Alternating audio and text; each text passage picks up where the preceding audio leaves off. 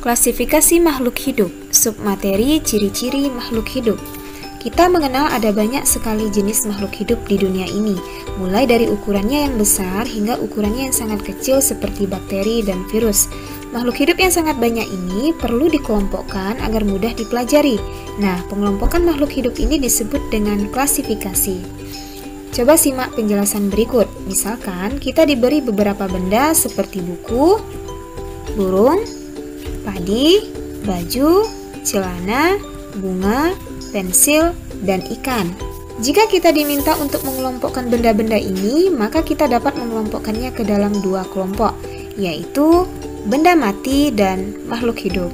Benda mati yang terdiri dari buku, baju, celana, dan pensil, sedangkan makhluk hidup yang terdiri dari burung, bunga, ikan, dan padi. Kenapa kita mengelompokkan benda-benda ini? Tujuannya adalah memudahkan kita untuk mempelajarinya. Untuk makhluk hidup, pengelompokannya didasarkan kepada ciri-ciri makhluk hidup. Nah, sebelum kita masuk kepada klasifikasi makhluk hidup, maka kita akan mempelajari ciri-ciri makhluk hidup. Ada 8 ciri-ciri makhluk hidup, diantaranya yang pertama yaitu bernapas, memerlukan makanan dan minuman, bergerak, reproduksi, tumbuh dan berkembang, iritabilitas, adaptasi, dan ekskresi. Mari kita bahas satu persatu. Yang pertama, bernafas. Bernafas adalah proses menghirup oksigen dan mengeluarkan karbon dioksida dan uap air. Tujuan makhluk hidup bernapas adalah untuk memperoleh energi. Makhluk hidup bernapas dengan alat yang berbeda-beda. Contohnya seperti manusia yang bernapas dengan paru-paru, burung yang bernapas dengan paru-paru dan dibantu pundi-pundi udara, cacing bernapas dengan kulit, ikan yang bernapas dengan insang, dan serangga yang bernapas dengan trakea. Tumbuhan juga bernapas loh. Tumbuhan bernapas dengan menggunakan mulut daun atau yang disebut dengan stomata. Ciri makhluk hidup yang kedua adalah bergerak. Semua makhluk hidup dapat bergerak. Manusia dan hewan dapat bergerak bebas atau berpindah tempat. Untuk bergerak, manusia dan hewan memerlukan sarana bantu yang disebut dengan alat gerak. Alat gerak dapat berupa kaki untuk berlari, sirip untuk berenang, dan sayap untuk terbang. Tumbuhan juga melakukan pergerakan, hanya saja pergerakan pada tumbuhan dilakukan oleh sebagian tubuhnya, sehingga tidak terlihat adanya perpindahan tempat. Contoh gerak tumbuhan adalah ujung batang yang bergerak ke arah datangnya cahaya, akar yang bergerak ke bawah menembus tanah, dan daun putri malu yang akan menguncup bila disentuh. Ciri makhluk hidup yang ketiga adalah memerlukan nutrisi atau makanan dan minuman. Makhluk hidup membutuhkan makanan, tujuannya adalah untuk menunjang kelangsungan hidupnya. Nah, sekarang coba kamu perhatikan tanaman yang ada di hutan. Kenapa mereka bisa tumbuh subur padahal tidak ada yang memberinya makanan? Nah, tumbuhan dapat tumbuh subur karena bersifat autotrof, artinya dapat membuat makanannya sendiri dengan melalui proses fotosintesis yang dibantu oleh cahaya matahari. Sedangkan hewan dan manusia termasuk ke dalam kelompok heterotrof, yaitu tidak dapat membuat makanannya sendiri.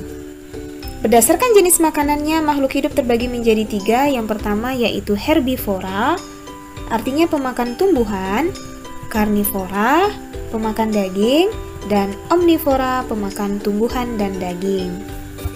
Ciri makhluk hidup yang keempat adalah tumbuh dan berkembang. Tumbuh artinya perubahan ukuran atau bentuk tubuh, sedangkan berkembang adalah proses menuju kedewasaan. Contohnya, seperti manusia yang dimulai dari bayi akan tumbuh menjadi remaja dan kemudian dewasa. Anak hewan yang semula kecil lambat laun tumbuh menjadi besar seperti induknya. Biji kecambah yang ditanam akan tumbuh menjadi kecambah dan kemudian menjadi tanaman yang lebih besar. Ciri makhluk hidup yang kelima yaitu peka terhadap rangsangan atau yang biasa disebut dengan iritabilitas. Contohnya, ketika daun putri malu disentuh, maka daunnya akan menguncup, menunjukkan bahwa daun putri malu peka terhadap rangsangan.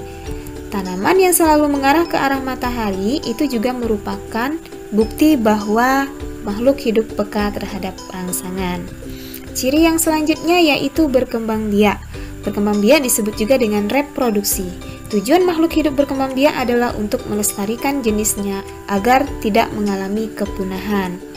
Untuk hewan, ada 3 cara perkembangbiakannya, yaitu yang pertama ovipar, yang artinya bertelur, vivipar, yang artinya melahirkan, dan ovovivipar yang artinya bertelur melahirkan. Sedangkan pada tumbuhan, ada dua cara perkembangbiakannya, yaitu yang pertama generatif, adalah menanam dengan menggunakan biji yang merupakan hasil dari penyerbukan antara putik dan benang sari yang terdapat pada bunga, dan secara vegetatif yang merupakan perkembangbiakan tanpa proses penyerbukan.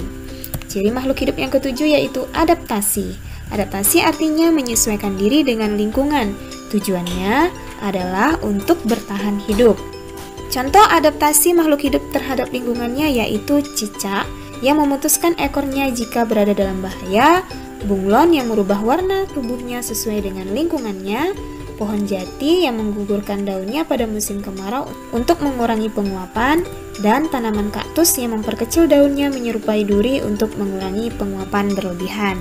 Ciri makhluk hidup yang terakhir yaitu ekskresi. Ekskresi adalah proses pengeluaran zat sisa metabolisme yang tidak lagi dibutuhkan oleh tubuh. Contohnya yaitu keringat yang dikeluarkan oleh kulit, air yang dikeluarkan oleh daun, dan urin yang dikeluarkan dari ginjal. Nah, itu dia 8 ciri-ciri makhluk hidup. Jika salah satunya tidak ada ditemukan pada suatu benda, maka dapat dipastikan benda tersebut bukanlah tergolong ke dalam makhluk hidup.